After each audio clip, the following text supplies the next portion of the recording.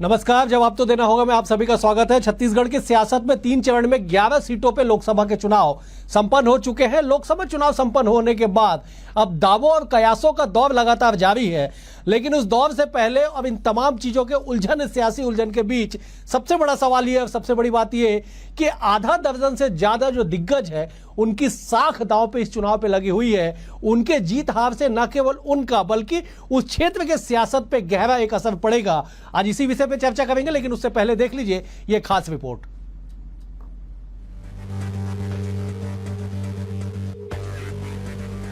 छत्तीसगढ़ में कुल 11 सीटों के लिए तीनों चरण का मतदान संपन्न हो चुका है। मतदान के बाद से ही दावों, वादों और कयासों का दौर तेज है। बात अगर बड़े चेहरों की करें तो दोनों ही राजनीतिक दलों के अलावा इस चुनाव में आधा दर्जन से ज्यादा दिग्गजों की प्रतिष्ठा दांव पर लगी हुई है। इनमें बृजमोहन अग्रवाल, सरोज पांडे, विजय बघेल, संतोष पांडे, भूपेश बघेल, ताम्रध्वज साहू, कवासी लखमा, शिव डहेरिया, विकास उपाध्याय का नाम प्रमुख रूप से शामिल है। एक नजर दिग्गजों के नामों पर। बृजमोहन अग्रवाल रायपुर लोकसभा से बीजेपी के प्रत्याशी हैं। लगातार 8 बार के विधायक हैं बृजमोहन अग्रवाल। 2023 विधानसभा में रिकॉर्ड मतों से जीतकर विधायक और फिर मंत्री बने। डॉक्टर सरोज पांडे कोरबा लोकसभा से बीजेपी प्रत्याशी, एक साथ महापौर, विधायक और सांसद रहने का रिकॉर्ड। केंद्रीय संगठन के बड़े चेहरों में शामिल पूर्व राज्यसभा सांसद। विजय बघेल दुर्ग लोकसभा से बीजेपी प्रत्याशी, विधायक, संसदीय सचिव रह चुके हैं विजय। 2019 लोकसभा चुनाव में रिकॉर्ड 4 लाख वोटों से जीते थे। संतोष पांडे राजनांदगांव लोकसभा से बीजेपी के प्रत्याशी हैं। लोकसभा में बेहतर प्रदर्शन से देश भर में चर्चित हुए। 2024 में भाजपा ने टिकट रिपीट किया। भूपेश बघेल राजनांदगांव लोकसभा से कांग्रेस प्रत्याशी, छत्तीसगढ़ के पूर्व मुख्यमंत्री, 4 बार विधायक, 1 बार मंत्री, प्रदेश कांग्रेस के अध्यक्ष भी रह चुके हैं। कवासी लखमा बस्तर लोकसभा से कांग्रेस प्रत्याशी, बस्तर से अंतिम छोर से 6 बार विधायक रह चुके हैं। 2018 से 2023 तक सरकार में मंत्री भी रहे। ताम्रध्वज साहू महासमुंद लोकसभा से कांग्रेस प्रत्याशी, अविभाजित मध्य प्रदेश सहित छत्तीसगढ़ में मंत्री रह चुके हैं। साहू समाज के बड़े और राष्ट्रीय स्तर के चेहरे। वैसे तो चुनाव में हर सीट पर दिग्गजों की दांव साख पर लगती है, मगर इस चुनाव में इन चेहरों पर विशेष फोकस रहा और 4 जून को जब मतगणना होगी तब भी इन नामों पर देश भर की नजर होगी। वैसे दिग्गजों की साख दांव पर लगे होने को लेकर दोनों ही दलों के नुमाइंदों की दलीलें अलग अलग हैं। सुन लीजिए। कांग्रेस की सारी 11 की 11 सीटों में बहुत अच्छी संभावनाएं दिख रही है और हमारे प्रत्याशियों ने बहुत अच्छा चुनाव लड़ा है। और पूरे प्रदेश में हर 11 लोकसभा क्षेत्र में पहले चरण में, दूसरे चरण में, तीसरे चरण में मतदाताओं का रुझान और साफ कांग्रेस के पक्ष में दिख रहा था और हमें पूरा भरोसा है कि हम भारतीय जनता पार्टी से अधिक सीटें जीतेंगे। जहां तक दिग्गज नेताओं का सवाल है, निश्चित तौर पे पूर्व मुख्यमंत्री भूपेश बघेल जी हों या टी.एस. सिंहदेव जी या फिर ताम्रध्वज साहू जी हों या फिर ज्योत्सना महंत जी के चुनाव का संचालन डॉक्टर चरणदास महंत जी कर रहे थे, इन सब के चुनाव लड़ने से, शिव डहरिया जी के चुनाव लड़ने से प्रदेश की जो कांग्रेस के पक्ष में एक वातावरण बना है। देखिए, छत्तीसगढ़ में अब कांग्रेस का कोई दिग्गज नेता तो बचा नहीं। पहले देश में ही कांग्रेस के नेता जो दिग्गज कहे जाते थे सारे खत्म हो गए, तो यहाँ फूके हुए कारतूसों को फिर से उतारा था कांग्रेस ने, जो कि चलने वाले है नहीं। भूपेश बघेल जी एक विधायक हैं जो चुनाव लड़े थे सांसद का, पर उनके नेतृत्व में ही पूरी सरकार का भट्टा बैठ चुका है, वो भी चुनाव हार रहे हैं। जहां तक भारतीय जनता पार्टी के नेताओं का सवाल है, वो सब कर्मठ नेता हैं, लगातार जनता के संपर्क में है, दुख दर्द उनका देखने वाले हैं और विकास की नई बयार बहाने वाले हैं। साल 2023 के अंत में हुए विधानसभा चुनाव में 5 सालों बाद सूबे में सत्ता का परिवर्तन हुआ। कांग्रेस सत्ता से बाहर तो बीजेपी की वापसी हुई। विधानसभा चुनाव के करीब 100 दिन बाद हुए इस लोकसभा चुनाव में न केवल दिग्गजों की साख दांव पर लगी है, बल्कि मौजूदा सरकार और भाजपा के लिए लिटमस टेस्ट भी माना जा रहा है, क्योंकि बीजेपी 11 की 11 सीटें जीतने का लक्ष्य लेकर चल रही है। Bureau report, BSTV, Chhattisgarh. तो आपने देखा कि किस तरह से दिग्गजों के जो साख है वो चुनाव में दांव पे लगे हुए हैं। चुनाव संपन्न हो चुका है, मतदान कार्य हो चुका है। आज इसी विषय पे चर्चा करेंगे। 3 बेहद ही खास मेहमान हमारे साथ जुड़े हैं। पहले मेहमानों का तारुफ आपसे करा देता हूं। बीजेपी की ओर से निशिकांत पांडे जी हैं, युवा नेता है, प्रवक्ता है। निशिकांत जी, आपका स्वागत है। कांग्रेस की ओर से अभय नारायण राय जी है, वरिष्ठ नेता है, प्रवक्ता है। अभय जी, आपका स्वागत है। बतौर राजनीतिक विश्लेषक वरिष्ठ पत्रकार रामावतार तिवारी जी भी हमारे साथ है। अविभाजित मध्य प्रदेश हो या छत्तीसगढ़ हो, सूबे की सियासत में इनकी पैनी नजर होती है। निशिकांत जी, मेरा पहला सवाल आपसे है, दिग्गजों के साख इस चुनाव में दांव पे लग गए, चाहे बृजमोहन जी हो, सरोज हो, संतोष पांडे हो या फिर विजय बघेल हो, ऐसा और भी नाम है, लेकिन इन 4 नामों पे दिग्गजों के साख जो है दांव पे लग चुका है, क्या कहेंगे? अजय जी, आपको नमस्कार, आपके सभी दर्शकों को नमस्कार। देखिए, कोई साख दांव पे नहीं है। शानदार प्रतिसाद जनता का भारतीय जनता पार्टी के प्रति अपार स्नेह और आशीर्वाद देखने को मिल रहा है। हाँ, लेकिन जो दांव की बात है, वास्तव में राजनांदगांव में, महासमुंद में और अपना जांजगीर में जो बुझे हुए कारतूस हैं वो पुनः आए हैं चुनाव में, एक बार फिर से जनता को भ्रम फैलाने के लिए। लेकिन प्रदेश की जनता ने अभी 3 महीने पहले परिणाम दिया है, जनादेश दिया है, और ये जो जनादेश आने वाला है अवधेश जी, 11 की 11 सीटें हम जिताकर आदरणीय अटल जी के स्वप्न को साकार करने जा रहे हैं। इस बार बेहतरीन परिणाम आने वाले, इतना आश्वस्त हूं मैं, कहीं कोई शंका और वो नहीं है। ठीक है, मैं जवाब ले लेता हूं। अभय जी, दिग्गजों के साख दांव पे लगे हैं। आपकी पार्टी के भी कई दिग्गज जो धरातल पे उतरे हुए हैं। भूपेश बघेल का जिक्र कर लिया जाए, पूर्व मुख्यमंत्री है, गृह मंत्री भी रह चुके। ताम्रध्वज साहू, वो भी महासमुंद से प्रत्याशी है। शिव डहरिया खुद प्रत्याशी है, वो भी मंत्री रह चुके पिछली सरकार में। आपके क्षेत्र से, आप बिलासपुर क्षेत्र का प्रतिनिधित्व करते हैं, देवेंद्र यादव की भी साख या राजनीतिक करियर कहा जाए तो दांव पे इसलिए माना जाएगा क्योंकि वो विधायक है, महापौर रह चुके हैं, दोबारा विधायक जीत के आए और बिलासपुर में जाके चुनाव लड़ रहे हैं। क्या, कैसे बचेगी ये साख? क्या आप लोग करेंगे? क्या आप लोगों ने किया है? अभय जी। अवधेश जी, साख बचाने का काम तो जनता करेगी, और मैं छत्तीसगढ़ की जनता को सलाम करता हूं, प्रणाम करता हूं। तो तीनों चरण के मतदान में शांतिपूर्ण मतदान हुए, सबने बढ़ चढ़ कर हिस्सा लिया। गर्मी की वजह से और कुछ पलायन हो जाने की वजह से, जो कि पहले कांग्रेस सरकार में पलायन नहीं होता था, लेकिन इस 4 महीने की सरकार से लोग रोजगार से निराश हुए तो पलायन कर गए, तो कुछ परसेंटेज कम हुआ। और मैं भारतीय जनता पार्टी को बधाई देता हूं कि उनके जो शब्द हैं और उनका जो घमंड है इसी तरह चलता रहे। कांग्रेस के लोग बुझे हुए कारतूस हैं और भारतीय जनता पार्टी के लोग चले हुए कारतूस। ये कारतूस, हिंसा, इस तरह की बातें डिबेट में नहीं आनी चाहिए।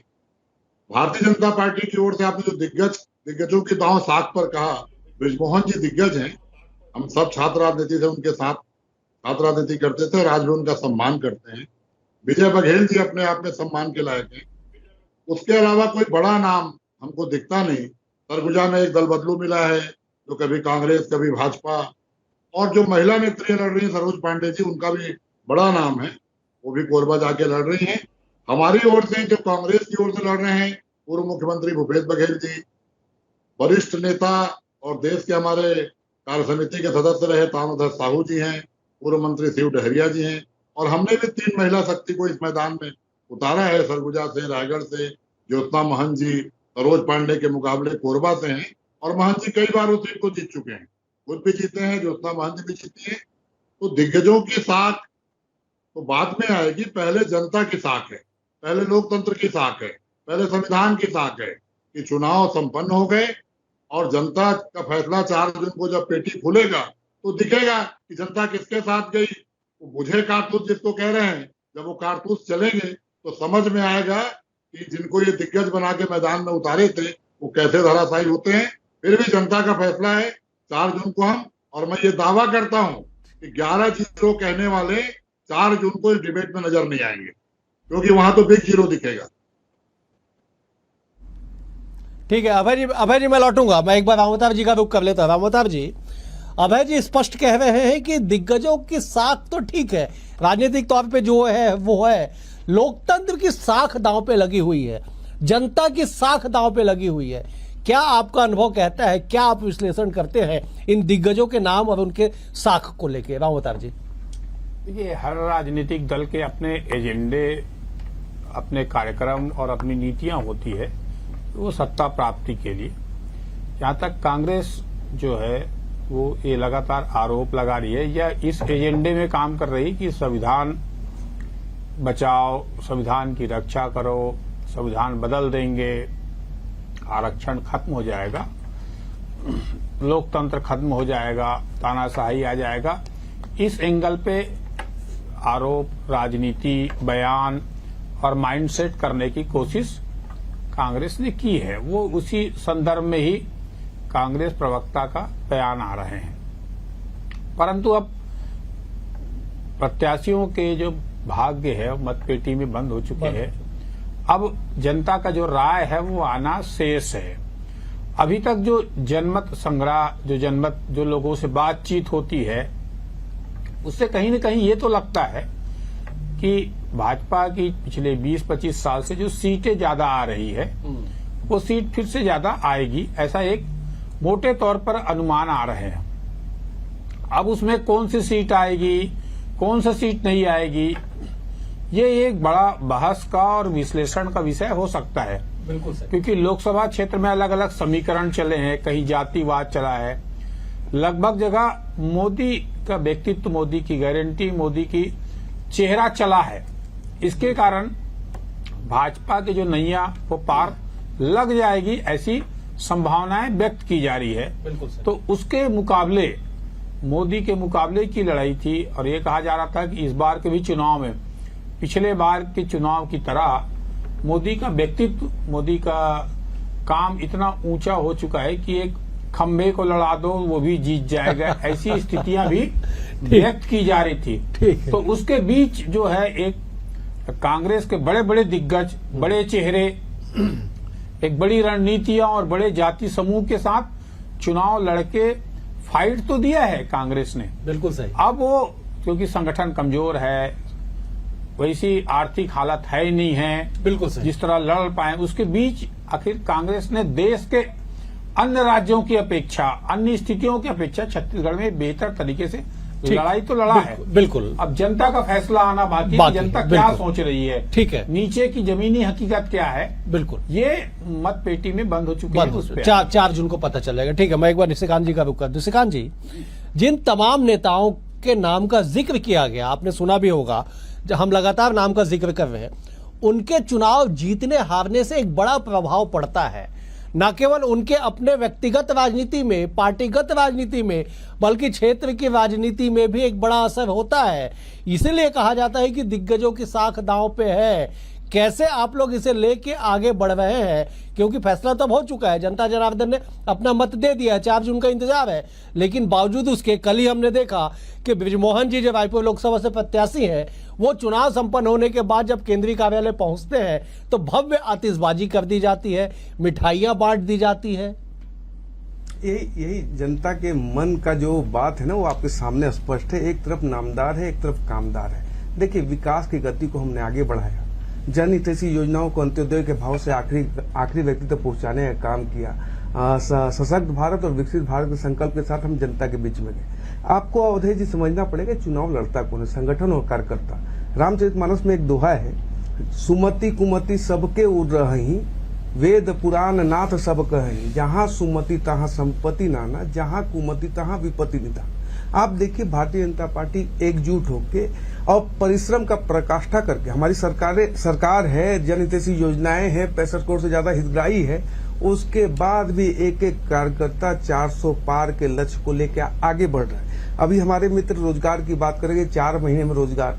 मैं तो अवधेश जी बड़ा चिंतित हूं कि 0.1% से 0.4% वही बता रहे थे, हम तो बता नहीं रहे थे। लेकिन अब 4 महीने में ऐसा कौन सा निर्णय हमने ले लिया कि इसको बाहर कर दिया, जो नौकरी चली गई। दूसरा, जो हमारे वरिष्ठ पत्रकार महोदय ने कहा, देखिए संविधान बदलने की बात है ही नहीं। 106 बार संविधान में संशोधन हो चुका है, आपातकाल लगा के संविधान। निशिकांत जी, मैं टोक रहा हूँ आपको, 2 चीजों के लिए टोक रहा हूँ। पहला आपने अभय जी को कहा कि हमारे मित्र, अभय जी बेहद वरिष्ठ नेता है, आपके मित्र नहीं हो सकते, बड़े भाई आप कह सकते हैं।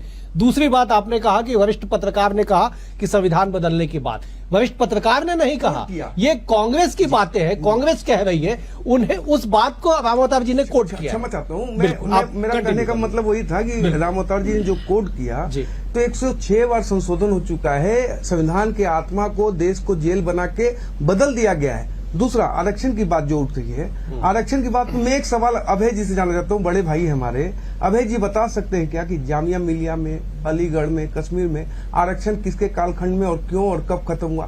क्यों नहीं वहाँ ST SC और OBC का आरक्षण रहा? क्या कारण था? किसने किया? इसका जवाब कौन देगा? महत्वपूर्ण विषय ये है। निशिकांत जी, अभय जी के पास एक लाइन का जरूर जवाब है कि जो राजभवन में जो बिल लंबित है उस पर हस्ताक्षर कब होगा? अभय जी जब आप जवाब दे दीजिए और इस बात का भी जिक्र कर दीजिएगा कि बड़े नेता के चुनाव लड़ने से धरातल पे कितना असर पड़ता है, और जो दिग्गजों की साख की बात कही जा रही है वो साख क्या बचेगी या फिर ढह जाएगी? अभय जी।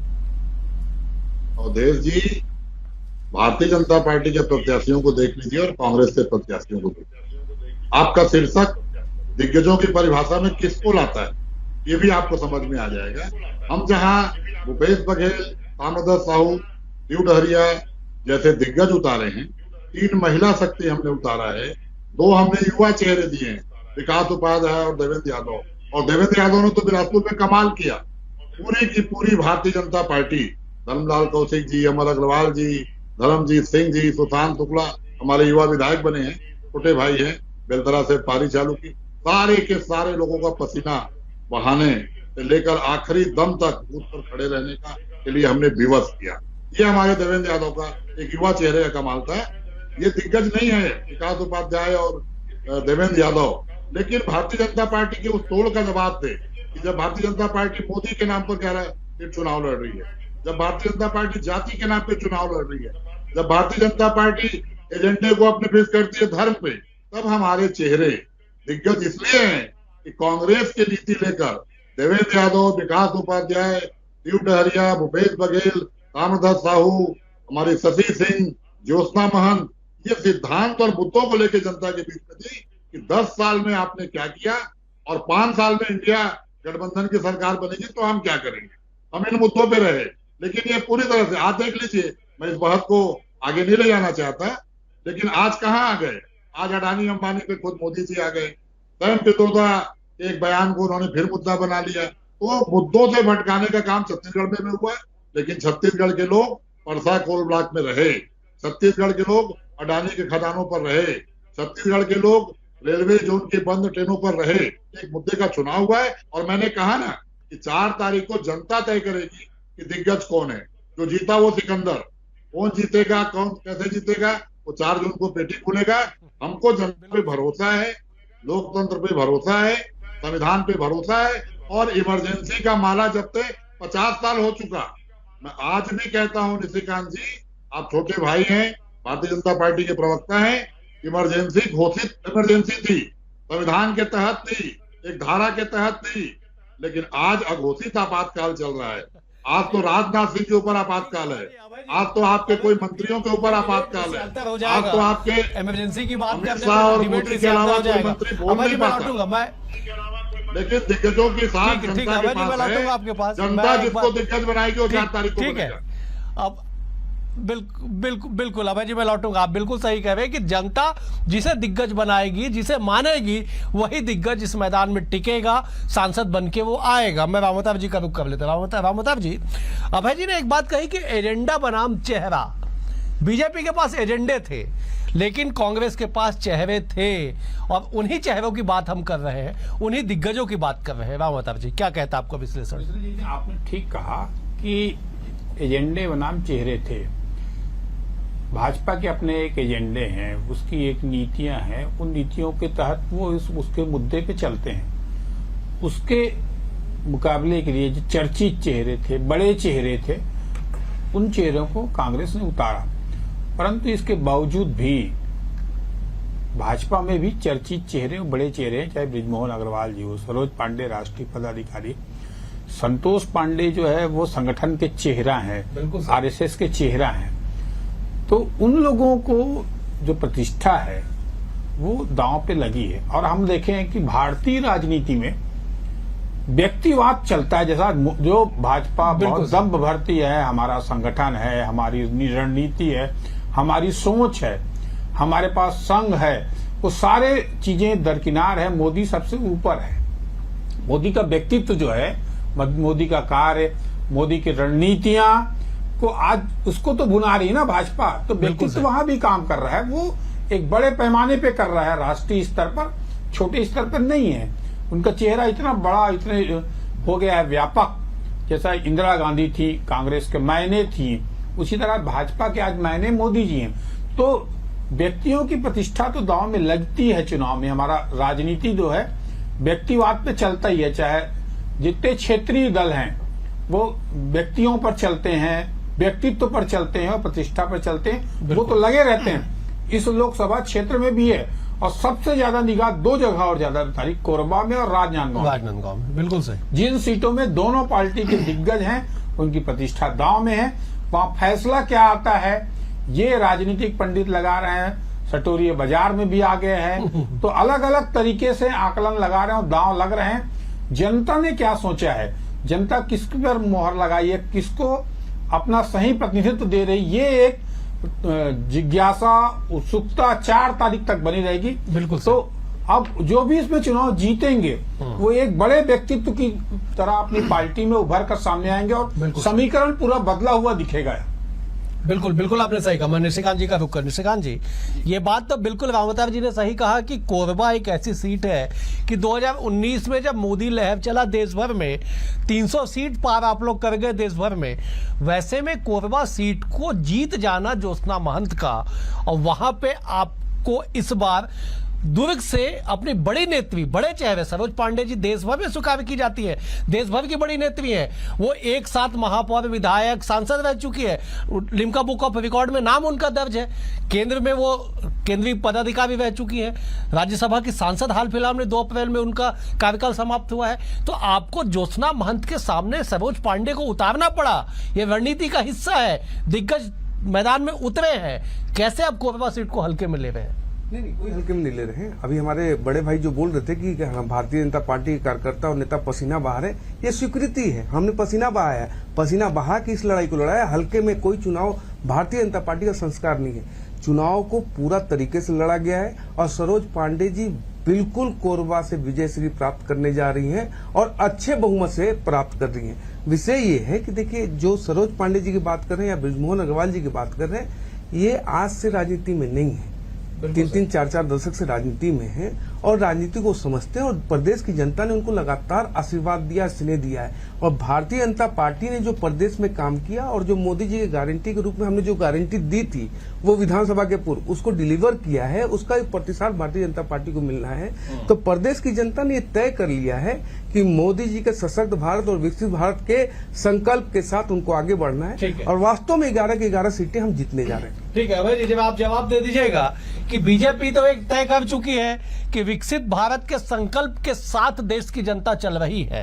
कांग्रेस पार्टी का संकल्प कहां है और कांग्रेस पार्टी कहां है? इस चुनाव को 4 तारीख का हालांकि इंतजार है, लेकिन फिलहाल के समीकरण में, आंकड़ों में, विश्लेषण में कहां आप पाते हैं? कांग्रेस पार्टी बहुत मजबूती से इस देश के मुद्दों को उठा रही है। ये देश विविधताओं का देश है, ये देश कई भाषाओं का देश है, ये देश कई धर्मों का देश है, और इस देश की एकता, अखंडता ही पूरी दुनिया में इसकी पहचान है। कांग्रेस पद यात्रा के माध्यम से, चाहे राहुल जी की पद यात्रा कश्मीर से कन्याकुमारी तक हो, चाहे राहुल जी की पद यात्रा मणिपुर से बंबई तक की हो, यही उद्देश्य था भारत जोड़ो अभियान। भारत जोड़ो अभियान क्यों चलाना पड़ा, इस पे बहुत डिबेट हो चुके हैं और आगे भी होंगे। कांग्रेस का एजेंडा आज भी वही है कि देश में एक संविधान की किताब है, हम भारत के लोग से वो किताब प्रारंभ होती है, तो हम भारत के लोग कब रहेंगे? जब इस देश का लोकतंत्र जिंदा रहेगा। इस देश के लोकतंत्र की खूबसूरती है कि इस एक वोट देने का अधिकार मोदी जी को भी है, एक वोट देने का अधिकार मुझको भी है, और वही एक वोट भारत का सरकार बनाता है। तो लोकतंत्र, संविधान, उसके बाद हम आते हैं जनता के मुद्दे में। विकसित भारत कब? जिस देश के 40 करोड़ लोग आज भी मकान की तरस रहे हैं, वहां विकसित भारत की बात हो रही ठीक है। ठीक है। और अब उन्होंने अभय जी खून अभय जी चुका है। अभय जी मुझे संकेत हो चुका है, मुझे समाप्त करना पड़ेगा। मैं एक बार रामवतार जी के पास कोरोना फाइनल में कमेंट के कितने लिए लोग जाता हूँ। सड़क किनारे रामवतार जी, पैदल जाते ये बात हैं। बिल्कुल सही है कि जनता ने अपना मत दे दिया, 4 जून का इंतजार है। क्या आप ऐसा कुछ अनुमान लगा सकते हैं कि 4 जून के बाद परिणाम के साथ प्रदेश की सियासत में कुछ बड़ा परिवर्तन, बड़े चेहरे जीत के आए, बड़े चेहरे धराशायी हो जाए, ऐसा कुछ आपका अनुमान? संक्षेप में जवाब दीजिएगा, मुझे देखिए, समाप्त करना होगा। निश्चित तौर पर चुनाव परिणाम के बाद नए राजनीतिक समीकरण बनेंगे और उससे आगामी राजनीति प्रभावित होगी। दूसरा बात, जनता जो है नेताओं को बड़े बनाती है और छोटे बनाती है, तो अर्थ से फर्श तक जो करते हैं वो जनता इस चुनाव के माध्यम से जो उभर कर आते हैं व्यक्तित्व, वही उभर कर बड़े तरीके से आते हैं और जनता के बीच, और वही बड़े नेता बनते हैं जिसको जनता चाहे गिरा देती है, पता जिसको नहीं चाहे चलता वो उसके सातवें बाद। आसमान पे बैठा देते। बिल्कुल आपने सही कहा। कुल मिला के कि जनता जनार्दन ही तय करती है कि कौन नेता दिग्गज बनेगा, कौन नेता संसद तक जाएगा और कौन चुनावी हार को झेलेगा। फिलहाल आज के लिए इतना ही। आप तीनों मेहमानों का बेहद शुक्रिया। अभय जी आपका शुक्रिया, निशिकांत जी आपका शुक्रिया, रामवतार जी आपका भी शुक्रिया। कल एक और विषय के साथ होगी मुलाकात, तब तक के लिए नमस्कार।